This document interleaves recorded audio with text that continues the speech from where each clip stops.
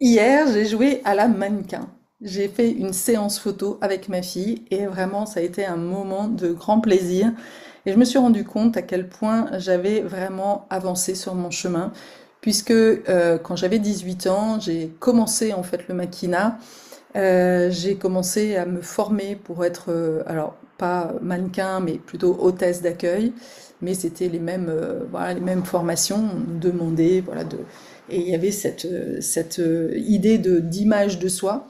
Et je vois bien le progrès en fait que j'ai fait parce que à l'époque, euh, il y avait cette envie d'être mise en scène. Je savais que j'étais grande et que je pouvais tirer profit en fait de cette grandeur.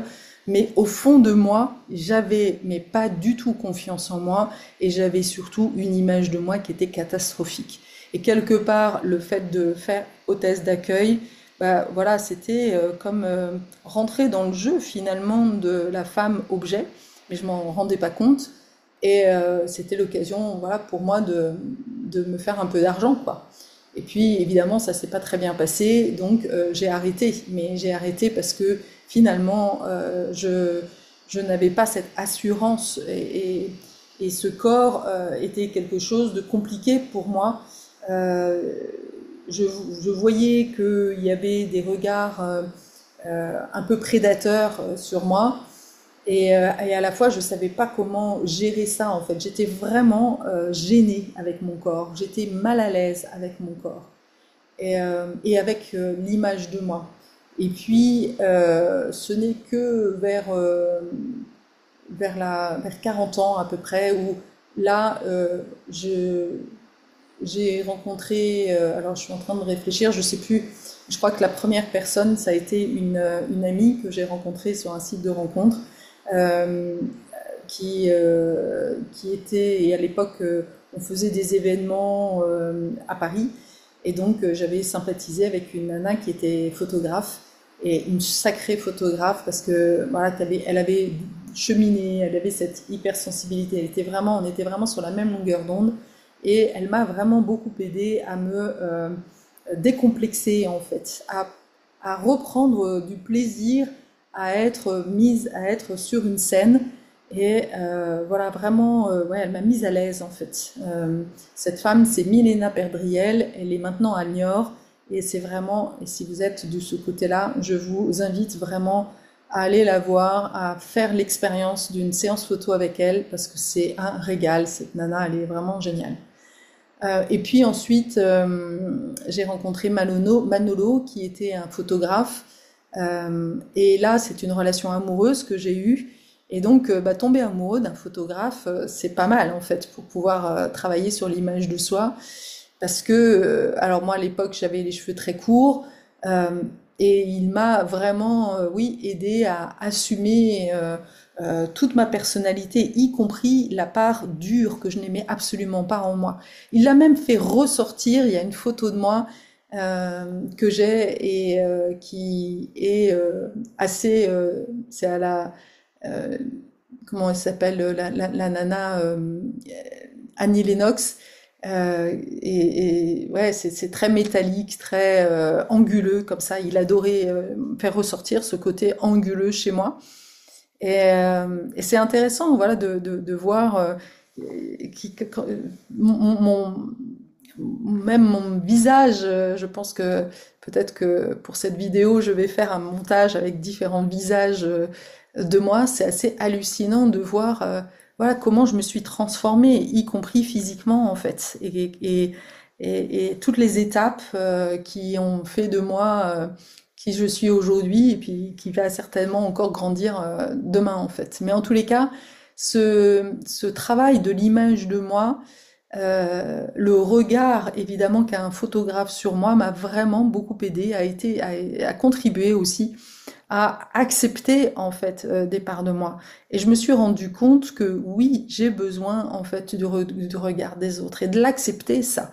Pendant très longtemps, j'ai fait genre non non, moi j'ai besoin de personne et voilà, j'ai fait beaucoup d'efforts justement pour trouver de la reconnaissance, mais d'une manière détournée. Or, voilà, là maintenant, le fait de reconnaître que oui, j'aime être prise en photo, oui, j'aime être mise en avant, aujourd'hui, j'adore être sur les réseaux, alors que au départ, mais j'avais une trouille dingue en fait. Quand je repense ma première vidéo qui est sur mes cheveux qui commencent à être juste gris, j'étais terrorisée. Ça se voit pas, mais j'étais terrorisée de l'intérieur. Et c'est ça qui est super intéressant pour moi, c'est vraiment de voir ce cheminement qu'il y a eu. À l'extérieur, ça se voit peut-être pas, mais à l'intérieur, il y a une sécurité intérieure qui s'est construite et qui s'est installée en fait. Et donc, la mise en avant aujourd'hui, elle est plus une façade pour cacher en fait ce manque de confiance en soi. Elle est au contraire, euh, voilà, c'est rassemblé. Et ça, waouh, ça me fait vraiment plaisir de constater ça, de me dire, ok, il n'y a plus de décalage que j'avais avant, ce sentiment, oui, de décalage qu'il y avait en moi entre ce que je montrais, ce que les gens me renvoyaient et moi, la perception que j'avais de moi avant. Je suis capable de me montrer dans ma vulnérabilité aujourd'hui. Je n'ai plus peur de cette part de moi. Je n'ai pas peur non plus de cette part dure. Je n'ai pas peur de cette colère en moi. Voilà, ça y est, j'ai intégré tout ça et je crois vraiment que c'est ça qui fait que je suis plus à l'aise en fait avec mon image et que certainement ça doit se sentir en fait de l'extérieur. Voilà, donc d'où l'importance je crois vraiment que le plus important c'est ça, c'est euh, cet alignement, se sentir complète et cohérente entre l'image que l'on donne et ce qu'il y a à l'intérieur de nous. C'est un chemin, évidemment. Euh, c'est un chemin qui a été très long pour moi, qui est encore en chemin, parce qu'il y a des moments où je perds cette confiance-là, cette assurance, mais à la fois, voilà, il y a quand même une fondation qui est solide. Et cette fondation, eh bien, elle ne peut, selon moi, hein, selon mon expérience, elle ne peut que se reconstruire que en revenant à la base, en fait, c'est-à-dire en retournant dans l'enfance. Alors ça ne veut pas dire faire 10 ans de thérapie, loin de là. Avec moi, c'est vraiment rapide, mais il y a vraiment besoin, c'est là où on va libérer justement la tristesse, les émotions qui ont été bloquées et la non-reconnaissance justement que l'on a vécu enfant, la non-sécurité. Et donc c'est ça qui va permettre de s'accueillir comme on n'a pas été accueilli. Et donc et c'est ça qui va faire que ensuite tu vas pouvoir manifester qui tu es.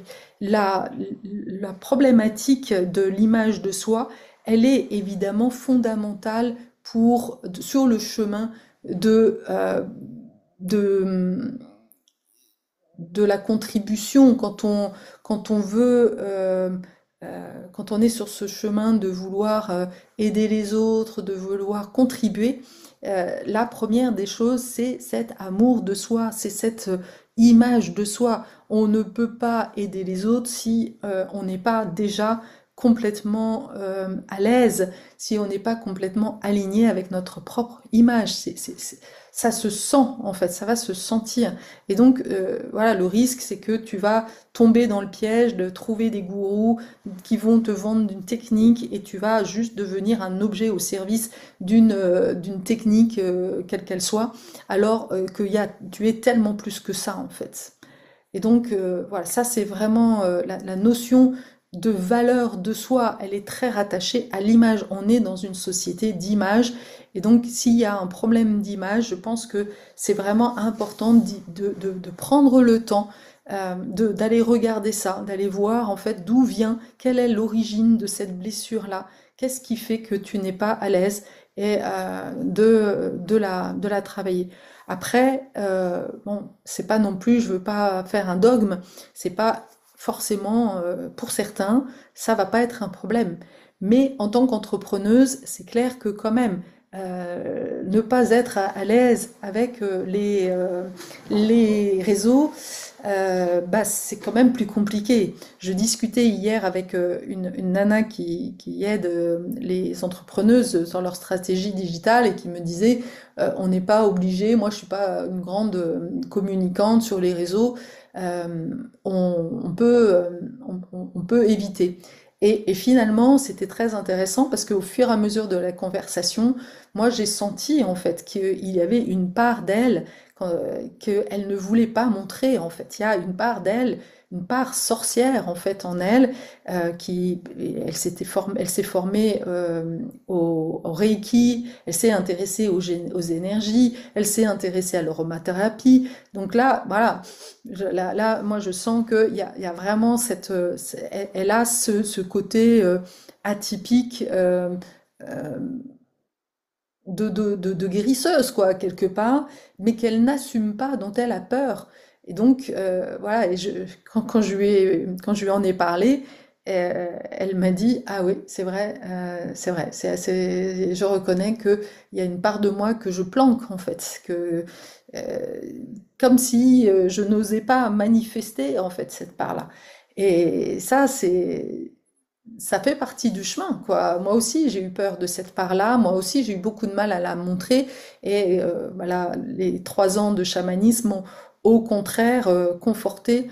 Et je sens que vraiment, on est dans une société où il va falloir, enfin, où toutes les guérisseuses, les, euh, les sorcières, voilà, au sens large, hein, les gens un peu bizarres vont avoir à sortir de leur bois, quoi, parce que on a besoin de ces gens-là, parce que ces gens-là ne sont pas enfermés dans un dogme, ils ne suivent pas, ils ont justement ce côté, on a ce côté intuitif, cette ouverture de, voilà, c'est complètement spontané, c'est intuitif, et là, ça fait émerger des choses nouvelles, en fait.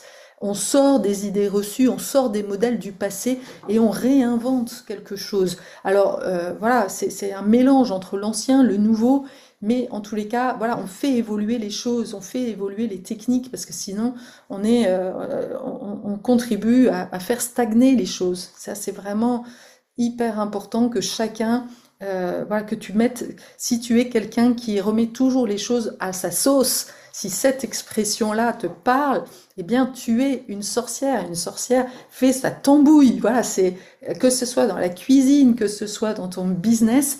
Voilà, tu ne peux pas suivre une recette. Ça, c'est pas possible pour une sorcière. Donc, c'est vraiment important d'assumer ça et de reconnaître ça. Voilà. Et donc, plus tu vas assumer cette image de la sorcière, eh bien, voilà, plus tu vas accepter l'image de toi, et c'est super parce que tu vas reconnaître ta singularité, et cette singularité, tu vas pouvoir en faire vraiment une plus-value, une valeur ajoutée dans ton business. Et ça, quand on est entrepreneuse, c'est vraiment hyper important d'avoir conscience, parce que sinon on est baigné dans la masse. Aujourd'hui, il y a je sais pas combien de millions de coachs sur la place, de thérapeutes. Bon, bah, comment tu fais pour te sortir du lot? Alors, l'idée, c'est pas non plus d'utiliser le terme de sorcière ou toutes ces énergies-là pour exister et faire la différence, ce qui est le cas. Malheureusement, le chamanisme devient encore une technique pour pouvoir se montrer et montrer sa différence. Non, mais là, l'idée, c'est d'être aligné par rapport à qui tu es. Parce que quand on est pour pouvoir vraiment être visible et être attiré, il y a besoin, voilà, c'est cet alignement, ton énergie, ce que tu émets et ce qui tu es, ça doit être aligné. Et si tu ne connais pas en fait qui tu es au fond, l'image que tu vas renvoyer va être décalée et donc tu ne trouveras pas ta cible. Ta cible, tu crois que ta cible, elle est quelque part, alors qu'en réalité, elle est complètement à l'opposé. Parce que finalement, tu ne te connais pas toi-même. Donc tu vois l'importance de cette question d'image de soi, de valeur de soi, si quand on se lance en indépendant. Et je crois que vraiment, voilà, on va aller de plus en plus vers cet axe-là. De plus en plus de gens vont sentir ce besoin en fait de sortir des institutions, des entreprises dont ils ne sont pas alignés pour faire l'expérience d'être pleinement soi-même, de l'exprimer, d'en faire un business. Voilà, c'est en tous les cas ce que je ressens. Donc ce travail de l'image de soi, il fait vraiment partie des fondamentaux. Alors que très souvent, bah, c'est le dernier truc. On pense à image de soi une fois que on a lancé son business. On se pose la question de ah bah oui, comment je vais publier, etc. Mais alors que c'est le point de départ en fait. Comment veux-tu lancer un business sans te connaître parfaitement? Donc voilà, si déjà tu ressens un peu cet appel d'être au service, c'est la première question que tu dois te poser. C'est le premier travail que tu dois faire poser. Avant d'aller chercher des techniques, avant de te former à je ne sais pas quoi, mais pose-toi la question, fais le travail de qui suis-je? Ça, c'est voilà, n'importe quelle question, par n'importe quelle technique, il y a plein de façons de faire. Je referai une vidéo par rapport à ça, mais c'est vraiment important de commencer par là, de bien se connaître. Moi, je me rends compte que finalement, ben, j'ai commencé par exemple par l'expérience client. Le premier sujet, non, c'était le deuxième. Le premier, ça a été de faire de la déco. Bon, donc là, ça me mettait pas trop dans le sujet. D'ailleurs, c'est intéressant, c'est que j'ai mis en avant un objet qui parlait de moi, mais je ne me suis pas mise moi en avant en fait. Je me sentais pas du tout légitime. Et puis ensuite, j'ai commencé à lancer un business d'expérience client. Mais je voyais bien à quel point bah, j'étais tellement pas sûre de moi, je doutais tellement que, bah, évidemment, je n'ai pas attiré de clients. Et puis est venu après tout le travail personnel qui m'a amené à me lancer. Et là, voilà, là, j'étais vraiment sur ma trajectoire. Mais j'ai fait deux faux départs. Alors, il n'y a pas de faux départ, tout était juste, hein, et les deux choses m'ont vraiment beaucoup nourri. Euh, et d'ailleurs, même dans mon expérience client, je voyais bien que finalement, et c'est ça qui m'a aidé à voir que finalement, ce qui intéressait le plus les gens, c'était pas tant la formation en elle-même que ce que je transmettais moi. J'arrivais avec mes cartes d'animaux, enfin, et donc j'inspirais par la liberté d'être que j'incarnais dans ma formation. Et ça, c'est ça qu'on me renvoyait en fait. Voilà, c'est vraiment intéressant d'avoir toujours ce regard des autres sur toi. Ça t'aide en fait sur ton chemin.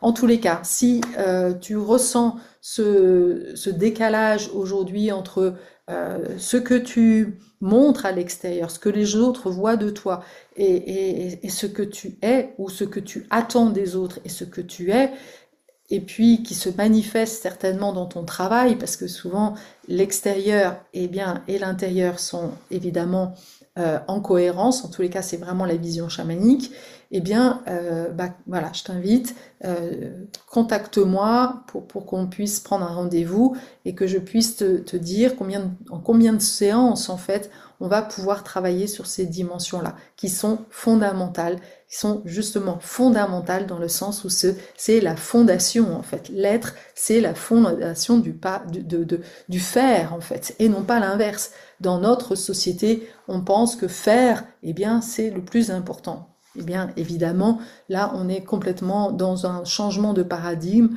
où on nous demande d'être en priorité et de manifester cet être. Voilà mon invitation du jour. À très bientôt pour une nouvelle vidéo.